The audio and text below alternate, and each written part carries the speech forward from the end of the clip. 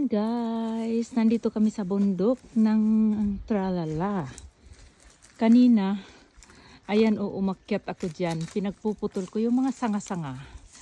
Hindi nga lang ako nakuha ng video kasi ang asawa ko hindi marunong. Kaya yan, umakyat ako dyan, ang taas niyan. Pinutol ko kasi mayroon kaming ano doon, kuri. Para masilayan siya ng araw. Ganda ng panahon ngayon guys. Si Papang ay nagputol pa. Hindi siya makakaakyat dyan. Kaya ako ang umakyat niyan at ako ang nagputol. Ang lalaki na ng mga kahoy mula nang namatay ang aking biyenan.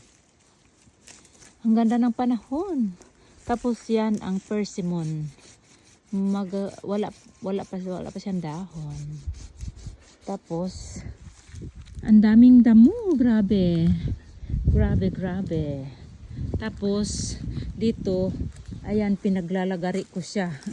Diyan, ayan mga nakatayo na yan, naputol na yan sa baba. Hindi pa lang nahila at wala na akong lakas maghila ng aking mga pinutol na mga kahoy. Nagtulong-tulungan na lang kami ni habi ko. May snow pa konti doon. Wala naman nakatira dito kaso lang syempre pupuntahan pa natin dito kasi nandito yung libingan ng aking mga biyenan. Tapos ayan, may snow pang natira.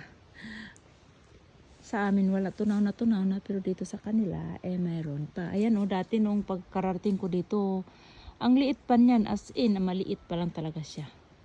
Tapos wala na kasing tao dito, napabayaan na. Kaya nagiging kalasang na. Ayan, mayroon siya mga bulaklak dyan.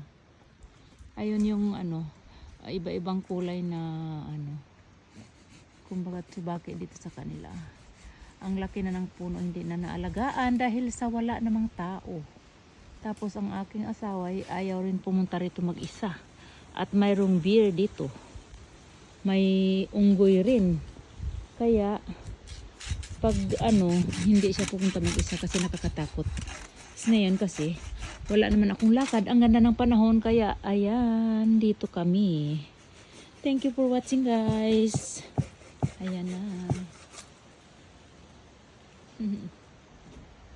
Bye guys. Bye. Tuloy-tuloy ang aming paglilinis.